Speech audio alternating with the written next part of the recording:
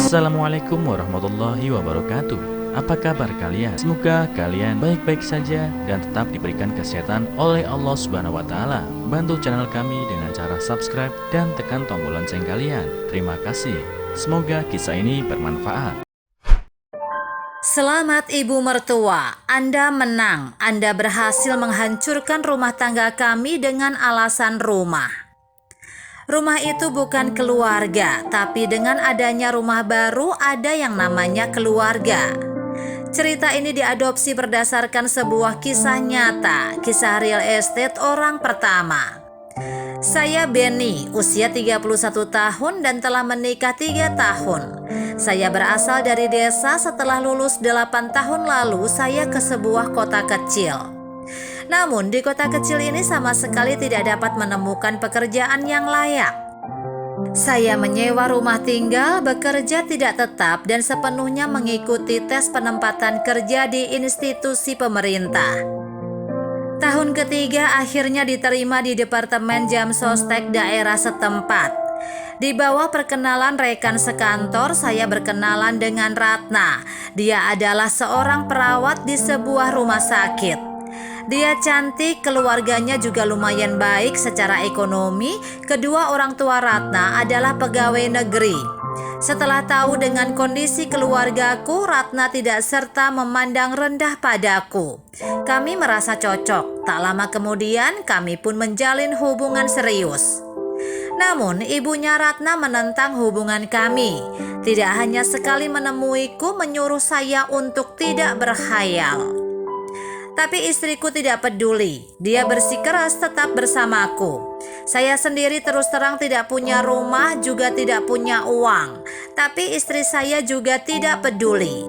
Namun terhalang oleh pagar ibu mertua yang menuntutku harus membeli rumah milik sendiri secara tunai. Orang tua saya adalah petani. Semua tabungan yang ada juga tidak lebih dari 200 juta rupiah.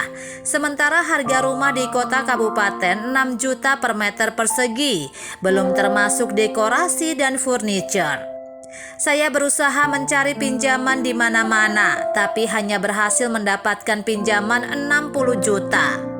Istri saya sendiri punya simpanan sekitar 40 juta dari hasil kerjanya selama beberapa tahun. Kalau dikalkulasi juga ada sekitar 300 juta. Tapi ini adalah hal yang tidak mungkin. Uang segitu masih jauh dari cukup, belum lagi biaya pengeluaran lainnya. Ratna berusaha membicarakan hal itu dengan ibunya, tapi dia juga hanya bisa menggerutu dan menangis. Hingga akhirnya ibu mertua bersedia kompromi. Beli secara angsur, tapi rumah itu harus atas nama Ratna istriku. Saya tidak punya pendapat, tapi orang tua saya tidak setuju. Mereka merasa besannya sengaja mempersulit.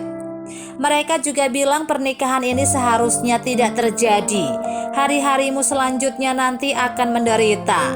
Tapi sikap saya sangat tegas, apalagi istri saya sendiri yang juga mengeluarkan uang untuk biaya dekorasi dan perabotan. Akhirnya orang tua saya setuju. Setelah berselisih pendapat mengenai hal itu, aku dan Ratna akhirnya menikah. 1 tahun setelah menikah, kami dikaruniai seorang anak. Ibu mertua kemudian tinggal bersama kami, merawat istriku. Entah mengapa, segala apapun yang saya lakukan selalu tidak bisa memuaskan ibu mertua, hanya bisa pasrah dan bersabar. Bayi kami sekarang berusia 2 tahun. Ingin sekali saya meminta tolong ibuku untuk menjaga cucunya. Sebagai nenek, dia tidak pernah sekalipun menginap barang 1 malam di rumahku selama 2 tahun. Begitu ibuku datang menjenguk cucunya, ibu mertuaku langsung memandangnya dengan sinis. Dan ibuku sadar dengan posisiku. Dia tidak ingin menimbulkan masalah buat saya. Akhirnya dia hanya meletakkan barang bawaannya lalu pulang. Beberapa waktu lalu saat makan malam saya memberanikan diri berkata pada ibu mertua, "Ibu, sejak Andika lahir sampai sekarang selalu diurus sama ibu. Kupikir ibu pasti capek. Gimana kalau aku minta ibu kesini ikut bantu merawat Andika selama beberapa hari dan ibu bisa istirahat dulu?" Mendengar perkataanku, ibu mertua hanya diam dan berkata, "Tidak usah, meski capek juga biar Andika aku yang urus. Pendidikan harus dimulai sejak kecil. Jangan sampai menerima pendidikan yang gagal. Nanti kalau sudah besar seperti..." Istriku mencoba menarik ibunya, mencegahnya berkata lebih lanjut, dan ibu mertuaku pun diam tidak mengatakan apa-apa lagi. Aku pun emosi mendengar sindirannya. Jelas-jelas ibu mertua juga sekaligus menyindir ibuku. Aku pun meninggalkan suara dan berkata, "Saya memang tidak berguna, tapi itu bukan kesalahan ibuku. Anda makilah saya, tak perlu bicara yang tidak-tidak tentang ibuku." Ibu mertua langsung menyahutku dengan suara lantang. "Kenapa memangnya? Mendidik anak yang tidak berguna saja banyak alasan. Bukankah maksudmu memang menginginkan saya pergi agar orang tuamu bisa berkuasa di sini?" Dengar baik-baik ya, jangan harap. Ini rumah milik kami. Anak Anda seharusnya ikut nama marga kami. Istriku Ratna berusaha menarik ibunya, tapi ibu mertuaku tidak peduli, terus saja ngomong. Istri saya bagaimana cara menariknya? Dia mengabaikan apapun, terus berlanjut. "Anda adalah menantu yang tinggal di rumah mertua. Apa kamu tidak menyadarinya?" Mendengar perkataan ibu mertua yang semakin keterlaluan, emosiku pun memuncak. Aku berdiri dan berteriak, "Selama ini saya selalu mengalah. Sejak awal Anda sudah menghina keluarga kami. Saya tahu rumah ini atas nama Ratna, tapi kami yang membayar 230 juta rupiah untuk uang mukanya. Begitu juga angsuran, kami yang mencicilnya selama ini. Kenapa Anda bilang saya tinggal di rumah mertua? Anda yang meminta angsuran rumah itu atas nama Ratna anakmu, dan kami sudah mengalah. Tapi tak disangka Anda semakin tak tahu diri, tidak menganggapku sama sekali, dan menyepelekan orang tuaku. Aku sudah muak dengan sikapmu." Kemudian tanpa peduli dengan bujukan Ratna istriku, aku pun dengan tegas meninggalkan tempat yang dinamakan keluarga ini.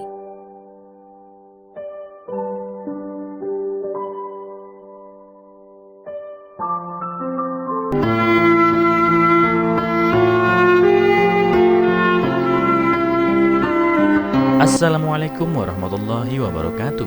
Apa kabar kalian? Semoga kalian baik-baik saja dan tetap diberikan kesehatan oleh Allah Subhanahu wa taala. Bantu channel kami dengan cara subscribe dan tekan tombol lonceng kalian. Terima kasih. Semoga kisah ini bermanfaat.